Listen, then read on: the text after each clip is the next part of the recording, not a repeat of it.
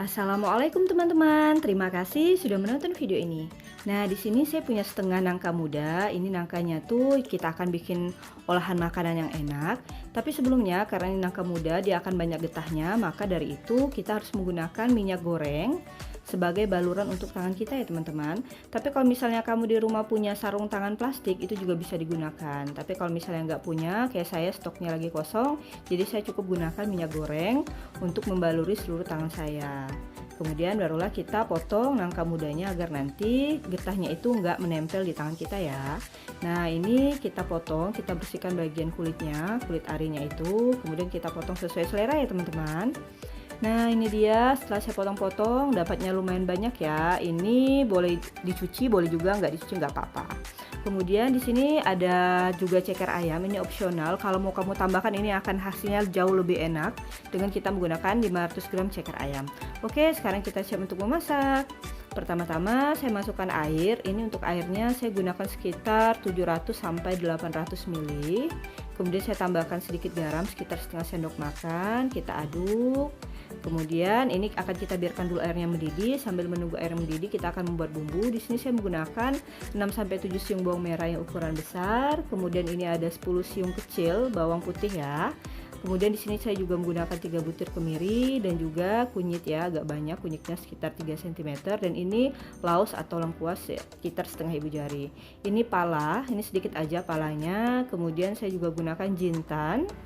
Nah, ini juga saya tambahkan lada bubuk sedikit aja karena kita udah menggunakan cabai. Nah, ini cabai keriting ya, cabai merah keriting. Jadi saya gunakan 5 sampai 6 lembar, jadi nggak usah terlalu banyak agar nanti nggak terlalu pedas.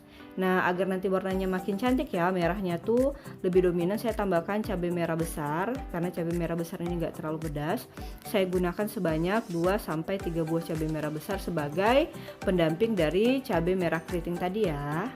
Nah, ini kita potong kecil-kecil semuanya agar nanti mudah proses penghalusan. Kemudian di sini saya juga menggunakan ketumbar bubuk sekitar 1 sampai 2 sendok makan.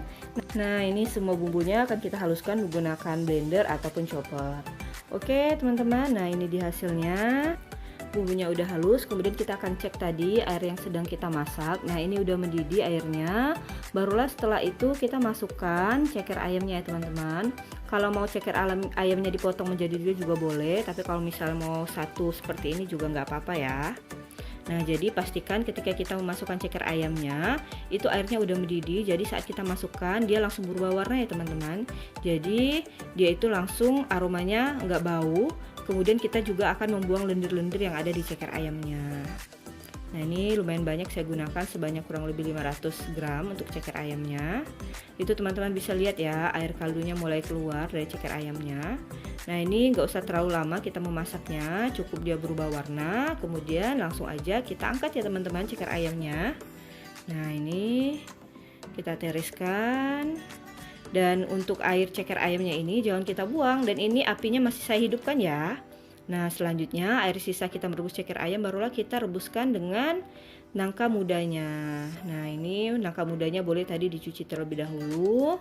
Jadi nanti ceker ayam dan juga nangkanya ini udah nggak hambar atau nggak tawar ya, karena tadi udah kita tambahkan garam. Nah, ini kita masukkan semuanya.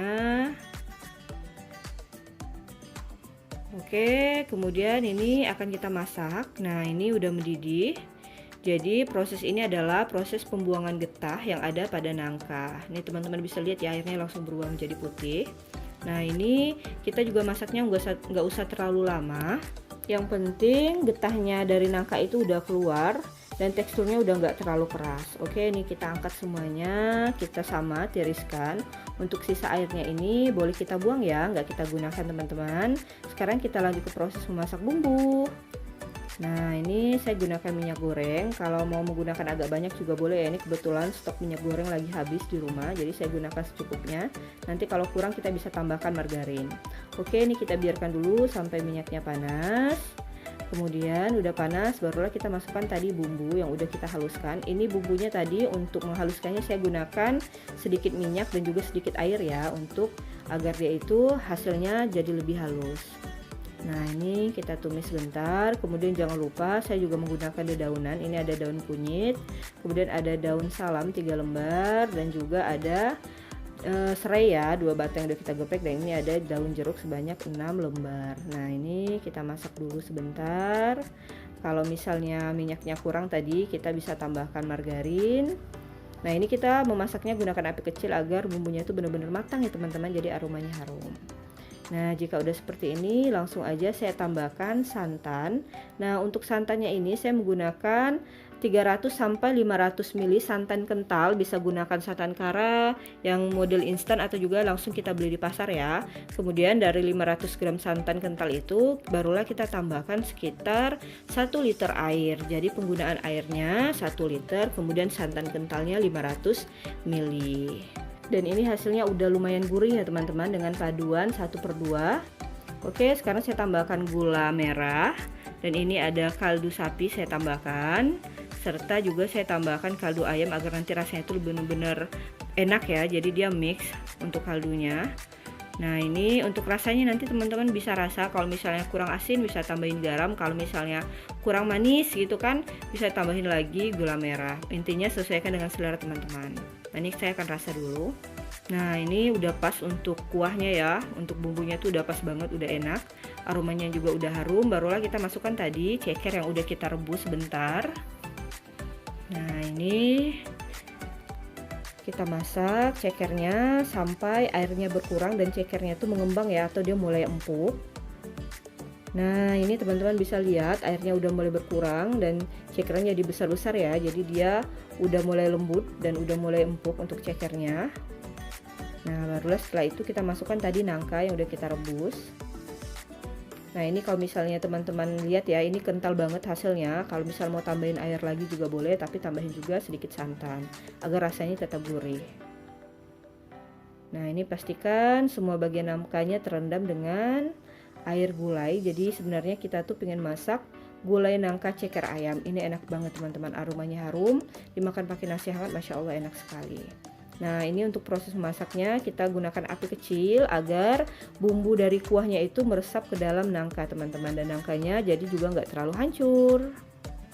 Nah, ini yang biasanya kita temukan di rumah makan Padang. Cuman biasanya kalau rumah makan Padang itu dia nggak pakai ceker ya, dia cuma nangka doang. Jadi kalau kamu punya nangka dan ceker di rumah bisa dimasak seperti ini jadi menu spesial. Nggak perlu beli mahal-mahal di luaran, kamu bisa bikin sendiri dan bisa dimakan untuk satu keluarga. Nah, ini udah kental banget, kita matikan api kompornya, kemudian tinggal kita salin ke dalam mangkok sajian. Nah, ini dia hasilnya, ini enak banget, aromanya harum. Buat teman-teman di rumah jangan lupa cobain ya. Terima kasih sudah menonton video ini, salam dari saya Nada Rafika TV, bisnis ibu rumah tangga. Assalamualaikum.